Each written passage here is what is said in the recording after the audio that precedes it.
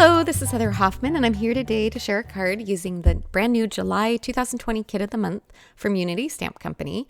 I love all the fun summery images, so I thought I'd focus on this pretty girl on the beach and one of the fun sentiments to start with. I already have it pre-stamped on some white cardstock, and I want to die cut out a portion of the image just to kind of highlight and pop up for a little bit of interest. I'm using a memory box die. It's called Double Stitch Loving Heart cutout. You can use any basic die. It can be a circle, heart, kind of whatever you happen to have on hand. To help just kind of accent the color on this, I'm going to use a little bit of Distress Inker on the edges. I'm using Evergreen BOUGH, which is actually a fairly deep and dark color, but I wanted just kind of a soft blender on the edges. So you may notice I'm using my blending brush to get a little bit of ink on there and then softly dab some of it off. And then once I did that, I decided I still wanted just a touch more color. Instead of blending around, I kind of picked it up and used the brush to brush over the edge to give a little more of a textured blend for that last little bit. So I have kind of a soft background and then a little more texture over the top. Now I have my sentiment also pre-stamped on just a thin strip of white cardstock, the same as the image was printed on. And I tore the bottom edge to kind of give a banner effect. And I waited till I assembled my card to this point to make sure I could trim it to where I wanted it.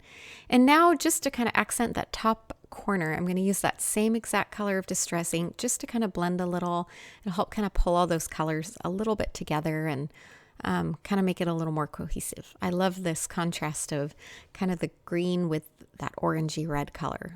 Usually I'd reach for a blue or a turquoise or a teal, so it was kind of fun to stretch and branch out a little bit in my colors. All right, I adhered the outside of that image straight down into the corner of my pattern paper there. That's a memory box 6x6 pattern paper pad called Cottage Stripes and Dots. And then that heart portion I adhered in with a little bit of foam adhesive.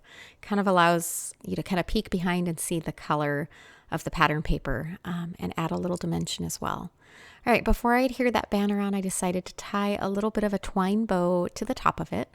This is just some jute string from May Arts in a natural kind of a rustic color. I wrapped it around a couple times and just tied it into a simple bow.